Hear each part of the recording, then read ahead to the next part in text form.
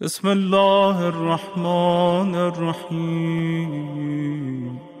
جو بڑے مشہور سائنسداں ہیں جن کا نام سائنس کی تاریخ سے مٹایا نہیں جا سکتا، وہ سب توحید کے بھی قائل ہیں، آخرت کے بھی، چاہے وہ نیوٹن ہو یا آئنسٹائن ہو یا ان سے پہلے سقراط ہوں یا ارسطو ہوں، یہ سب خدا پرست ہیں، یہ سب آخرت شناس ہیں۔ ان کی سوانح عمریاں صحیح ریسورسز سے لے کر پڑھیں آپ۔ میں نے کراچی میں بھی ذکر کیا تھا کہ نیوٹن متقی انسان تھا، متقی، اس کی تفصیلی سوانح عمری پڑھیں۔ یہ ہمارے نوجوانوں کے لیے خاص طور پر ذکر کر رہا ہوں۔ نیوٹن بہت بڑا نام ہے نا سائنس کا، سائنس کی تاریخ سے کبھی اس کا نام محو نہیں کیا جا سکتا۔ سائنس پر اس کا اثر رہے گا، ٹیکنالوجی کی تاریخ پہ اس کا اثر رہے گا۔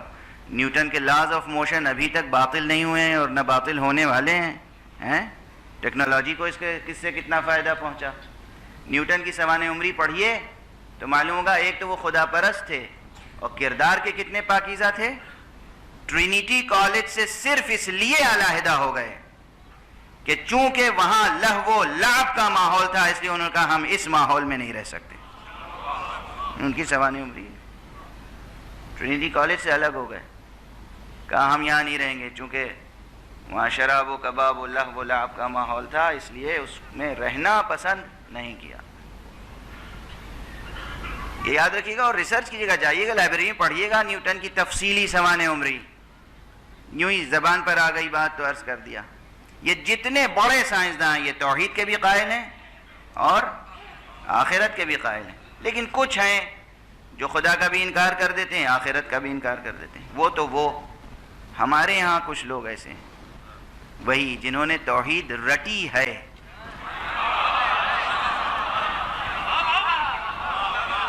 نہ سمجھی نہ برتی، تو نعوذ باللہ، ایک تو ان کے عمل سے ظاہر ہوتا ہے کہ جیسے لگتا ہے آخرت پہ یقین نہیں ہے، ہر طرح کا عمل انجام دیتے ہیں، معاملات میں بد معاملگی، عبادات میں بے پرواہ رہنا، نمازوں کو ضائع کرنا، روزوں سے غفلت برتنا، اور جو بھی عبادتیں ہیں، مالی عبادتیں، خمس نہ دینا، زکوٰۃ ادا نہ کرنا، یہ معمولی گناہ تھوڑی ہیں۔ یہ سب کیوں کرتا ہے انسان؟ اصل میں اس کے پیچھے یہ کہ آخرت پر یقین نہیں ہے۔ کچھ عملاً بے پرواہ ہو جاتے ہیں اور کچھ تو کہہ دیتے ہیں ارے جناب آخرت کس نے دیکھی ہے، استغفر اللہ ربی واتوب۔ تو جب آخرت پہ یقین ہی نہیں ہوگا تو جنت پہ یقین کہاں ہوگا؟ جنت تو آخرت سے جڑی ہوئی ہے نا۔ جب جنت پہ یقین نہیں ہوگا تو جنت کی کلید کی فکر کہاں ہوگی؟ جب کلید کی فکر نہیں ہوگی تو استغفار کے کیا معنی ہوتے ہیں؟ مسئلہ یہ، انسان عبادت سے بے پرواہ ہوتا ہے، استغفار سے بھی بے پرواہ ہوتا ہے۔ لیکن آپ یاد رکھیں، پھر اسلام آیا ہے تاکہ انسان کے دائرۂ علم کو وسعت دے۔ اسی لیے آخرت کے مسئلے کے بارے میں خاص طور پر قرآن مجید میں ایک مقام پر ہے، ان الذین لا یؤمنون بالآخرۃ لیسمون الملائکۃ تسمیۃ الانثی وما لهم به من علم ان يتبعون الا الظن ولا يغني وان الظن لا يغني من الحق شيئا فاعرض عمن تولى عن ذكرنا ولم يرد الا الحياة الدنيا ذلك مبلغهم من العلم۔ یہ قرآن مجید کی آیتیں ہیں، سورہ مبارکہ نجم۔ سورہ مبارکہ نجم بہت عظیم الشان سورہ ہے، کاش آپ حضرات اس سورہ کی مداومت کریں، روزانہ سورہ نجم پڑھیں اور پھر دیکھیں کہ کیسے اسرار منکشف ہوتے ہیں۔ ہم سے نہ پوچھیں، برت کے دیکھیں، برت کے دیکھیں۔ روزانہ نماز مغرب کے بعد، عشاء کے بعد، جب کار دنیا سے فارغ ہو جائیں، وضو کریں، سورہ نجم پڑھیں، سجدہ کریں. اس کی آخری آیت میں سجدہ ہے.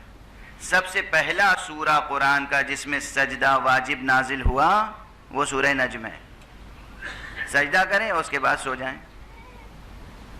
مداومت رکھیں اس کی، روزانہ مسلسل کریں، پھر دیکھیے کیا نورانیت پیدا ہوتی ہے. پوشیدہ حقیقتوں کے انکشاف کی طاقت پیدا ہو جائے گی. ضبط کرنا مشکل ہو جائے گا، ضبط کرنا مشکل ہو جائے گا. وحشت ہونے لگے گی دنیا سے، خدا سے انس پیدا ہو جائے گا.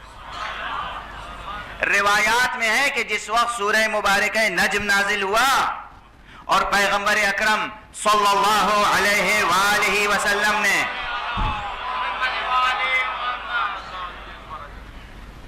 یہ سورہ مبارکہ، وہ سورہ مبارکہ ہے جو سب سے پہلے ملأ عام میں، مجمع عام میں پیغمبر نے اسی سورہ کی تلاوت کی ہے. ورنہ ایک صحابی کو، دو صحابی کو، ایک شاگرد کو، دو شاگرد کو تعلیم کر دیتے تھے. مجمع عام میں، مکے میں، ابتدائی اسلام میں مجمع عام میں آپ نے کبھی کھڑے ہو کر قرآن مجید کا کوئی سورہ سورہ نجم کے نزول سے پہلے نہیں پڑھا. لوگوں کو سناتے رہتے تھے لیکن مجمع عام میں نہیں پڑھا. سب سے پہلے مسجد الحرام میں خانہ کعبہ کی طرف پشت کر کے روح مبارک عوام الناس کی طرف، اس میں مسلمان بھی ہیں، مشرک بھی ہیں، سب ہیں اس مجمع میں. یاد رکھیے گا اس کی تاثیر بھی ظاہر ہوگی.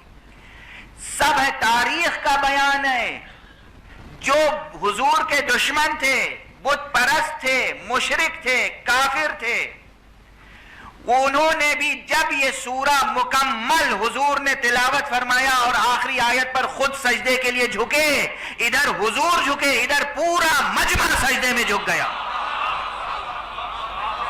جو مسلمان تھے انہوں نے بھی سجدہ کیا، جو مشرک تھے انہوں نے بھی سجدہ کیا. اور ایک اس میں ایسا ہے کہ جس نے سجدہ نہیں کیا تو پھر وہ جھکا اور اس نے مٹی اٹھائی اور پیشانی سے لگائی، کہا میرے لیے اتنا ہی کافی ہے. مگر خاک اٹھا کر پیشانی سے لگائی.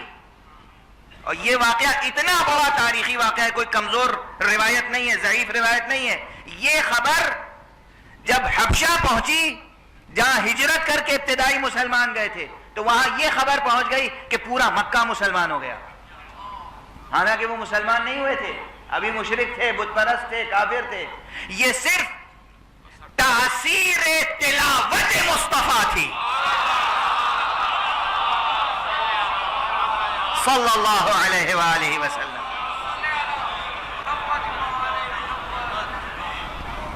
اور تاثیر سورہ مبارکہ، تاثیر خود سورہ مبارکہ نجم. یہ سورہ مبارکہ نجم، مشرک جھک گیا سجدے میں، کافر جھک گیا سجدے میں. حضور نے تلاوت کی اور سب جھک گئے، ایک سجدے ہی کے لیے صحیح. اگر یہ ملت اسلامیہ 1400 برس کے عرصے میں اتباع نبوی میں، لہجہ مصطفی میں، اسی جذب دروں کے ساتھ مسلسل سورہ نجم پڑھتی رہتی تو آج پوری دنیا سجدہ ریز ہوتی. پوری دنیا سجدہ ریز ہوتی، ایک مشرک روح زمین پہ باقی نہ بچتا. اور جو بچتا بھی وہ کم سے کم سجدہ ریز ضرور رہتا مسلمان کے آگے. آج مسلمان دوسروں کے آگے سجدہ ریز ہے. آج مسلمان دوسروں کے آگے سجدہ ریز ہے. بہرحال یہ درمیان میں بات آ گئی. یہ ہے سورہ نجم، اس کی یہ آیتیں ہیں جو میں نے آپ کے سامنے تلاوت کی. ایک اہم جواب دے رہا ہوں. اب آ گیا پھر تو دو ایک دقیقے اور عنایت فرما دیجئے.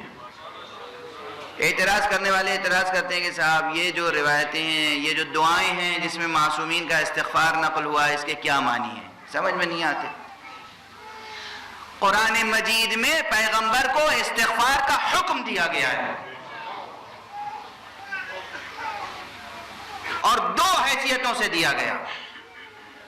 ایک استغفار مقام شکر میں اور ایک استغفار امتیوں کے لیے، امت کے لیے. دونوں استغفار الگ الگ ہیں. مگر بعض ایسے ہیں جن کے لیے استغفار کے لیے منع بھی کیا گیا ہے.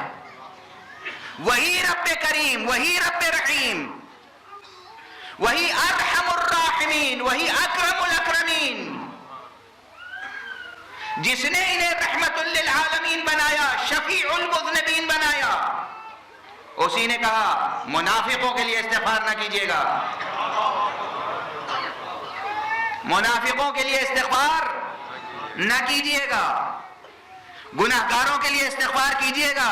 اسی لیے میں نے کراچی کی ایک مجلس میں کہا تھا، شام غریبہ کی مجلس میں، آپ سن چکے ہوں گے یہ جملہ، گناہگاروں کے لیے جہنم نہیں ہے، گناہگاروں کے لیے اللہ کی رحمت ہے. عام گناہگاروں کے لیے اللہ کی رحمت ہے اور محمد کی شفاعت ہے.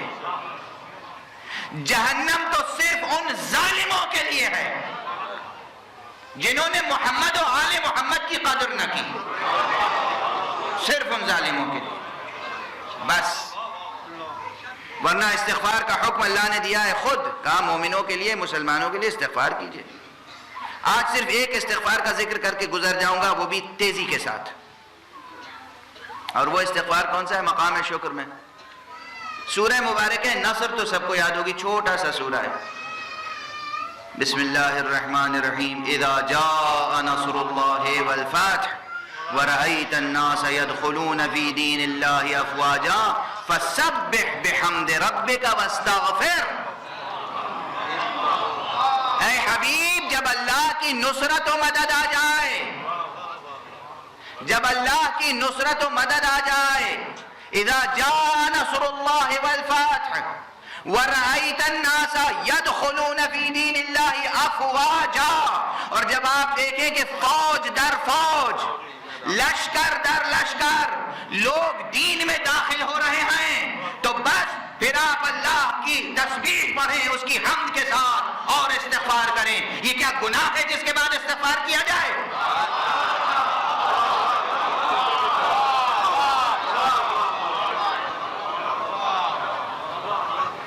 آپ کے پاس اللہ کی نصرت آ جائے، اللہ کی طرف سے فتح حاصل ہو جائے، لوگ جوق در جوق دین میں داخل ہونے لگیں، تو آپ کیا کریں؟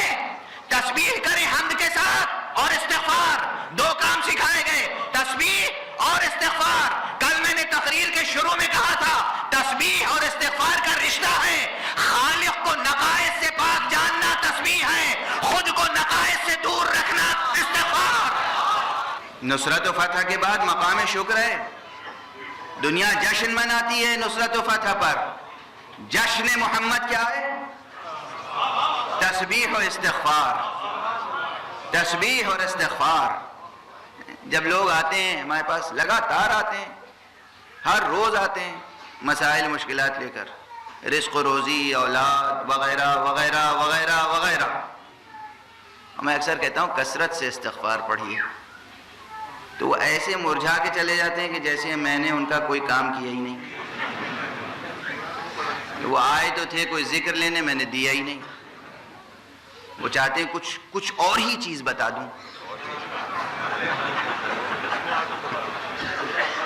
یہ کچھ اور ہی چیز کی جو آپ تلاش میں ہیں میں بتاؤں، یہ کیجئے تو وہ کچھ اور ہی چیز وہ دے دے گا.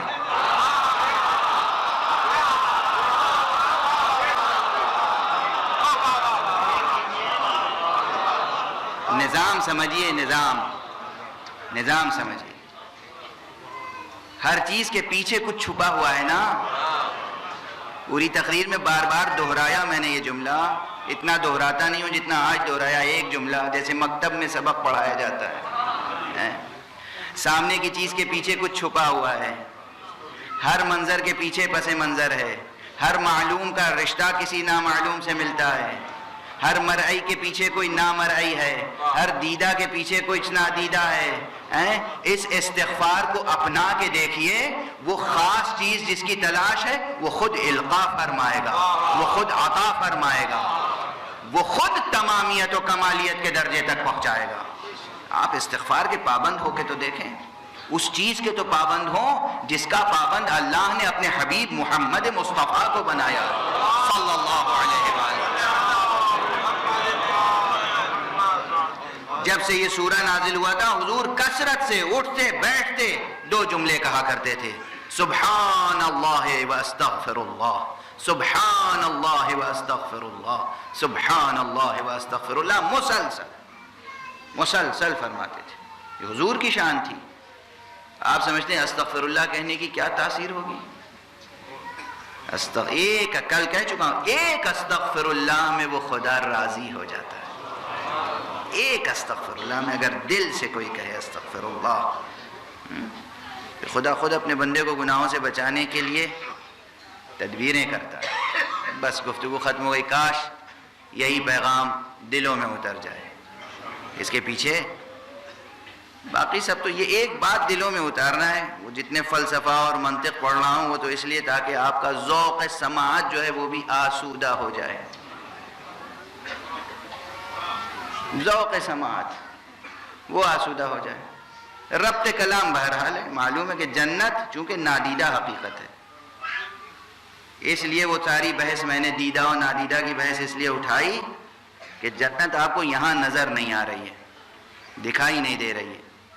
جنت کا علم نہیں ہے آپ کو، جنت پر یقین نہیں ہے آپ کو. اس لیے میں نے کہا اسلام دائرہ علم کو بڑھانے کے لیے آیا ہے، گھٹانے کے لیے نہیں آیا. اور پھر گفتگو یہاں تک پہنچی کہ جتنی آپ کو فتوحات ملتی چلی جائیں، اس سورہ کے ضمن میں بہت بیان ہے، جتنی فتوحات ملتی چلی جائیں آپ کی استغفار کی استعداد بڑھ جانی چاہیے.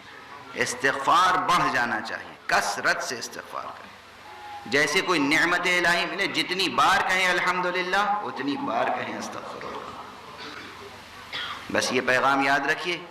اور پھر اس عزاداری کی نعمت کے حصول پر بھی الحمدللہ بھی کہیے، استغفر اللہ بھی. یعنی کیا؟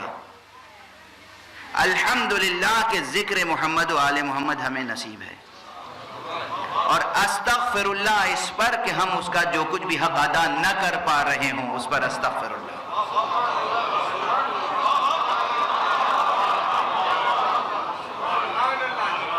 جو محروم قسمت ہیں وہ تو محروم قسمت ہیں، مگر ہمیں ذکر نصیب ہے، اس پر الحمدللہ. ہم آشنائے مصطفیٰ ہیں الحمدللہ، ہم آشنائے مرتضیٰ ہیں الحمدللہ، ہم کربلا سے آشنا ہیں الحمدللہ، مگر ہم اس شناسائی کا حق ادا نہیں کر پا رہے ہیں. استغفر اللہ. کیا کربلا سے شناسائی کا حق ادا کر پا رہے ہیں؟ جتنا ہمیں گریہ کرنا چاہیے ہم کر پاتے ہیں؟ دنیا ہمارے جس گریے سے گھبرا رہی ہے یہ تو کچھ بھی نہیں ہے. اللہ کے کچھ ویسے مخلوقات ہیں کہ روز عاشورہ سے آج تک ان کی آنکھیں خشک نہیں ہوئی ہیں. مبالغہ نہیں ہے. کچھ ایسے مخلوقات ہیں جن کی آنکھیں خشک نہیں ہوئی ہیں. جنوں میں ہیں، ملائکہ میں ہیں. کچھ ملائکہ ہیں جنہیں اللہ نے مأمور کیا ہے کہ قبر حسین کے گرد رہو اور مسلسل گریہ و بکا کرتے رہو، اور حسین کے جو زائر آئیں ان کے لیے استغفار کرتے رہو. حدیث میں لفظ استغفار ہے، لفظ استغفار. اللہ نے فرشتے مقرر کیے ہیں، وہ فرشتے جو معصوم ہیں، وہ فرشتے جن کے لیے گناہ کا کوئی تصور نہیں ہے، وہ فرشتے مومنین کے لیے استغفار کرتے ہیں. خاص طور پہ کچھ فرشتے ہیں جو ان مومنین کے لیے استغفار کرتے ہیں جو حسین پر گریہ کرتے ہیں. اجرکم علی اللہ. بس مجلس ختم ہو گئی. آپ کی آنکھوں میں آنسو آ گئے، مجلس ختم ہو گئی. مال مجلس یہی آنسو ہے.